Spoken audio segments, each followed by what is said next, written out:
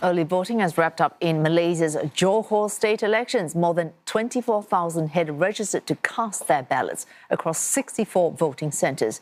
They include military and police personnel as well as their spouses. The rest of Johor's 2.7 million eligible voters will head to the polls this Saturday. That's the 11th of July. This is one election that analysts say could be decided by how many decide to turn up to vote. CNN's Afifah Ariffin reports from Johor Bahru. 59-year-old entrepreneur Bernard Yeo lives in Kuala Lumpur. But every election, he makes it a point to return to Johor. Bernard is a registered voter in his home state, where he hopes to retire one day. This time, he and his wife are taking the recently launched electric train service, hoping to avoid the heavy traffic expected over the election weekend. For Bernard, voting is not about backing any political party. It is about having a say for the future of the state he calls home. As a responsible citizen, and I need to have a say, in who I vote for and how I vote in my hometown, so that at least I have a local standee as far as I'm concerned, for a say in where I'm staying in the future.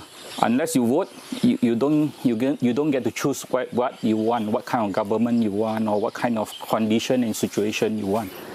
Johor has more than 2.7 million eligible voters, but the key question is how many will actually cast their ballots.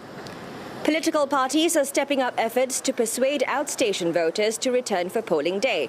But analysts say this may prove to be an uphill battle.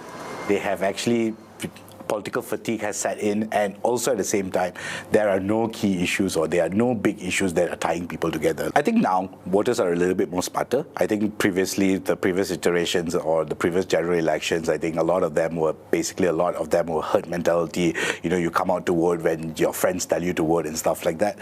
Now I feel that people are a little bit more discerning, and I also feel that people are a little bit more angry in the general consensus of how politics has turned around in Malaysia. Observers have also noted that lower turnout in Malaysian elections often favours parties with loyal and disciplined core supporters such as Barisan Nasional. This was evident in the 2022 polls where, despite a low turnout, the coalition won 40 of the state's 56 seats, securing a two-thirds majority.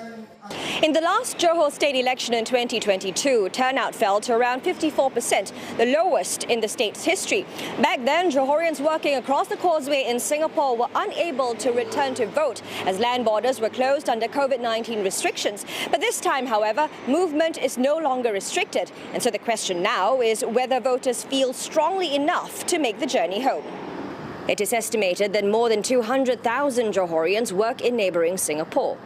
Many are registered to vote in constituencies across southern Johor, including several closely watched seats where Pakatan Harapan is defending its ground. We are hopeful that the turnout rate this round will be much higher than the previous state election, because previous state election, the border was closed. Malaysians who are working in Singapore cannot come back. But this time around, we think that even though there are some fatigue among voters, but after 1 week, I think we have been able to put across our message that election is still very important.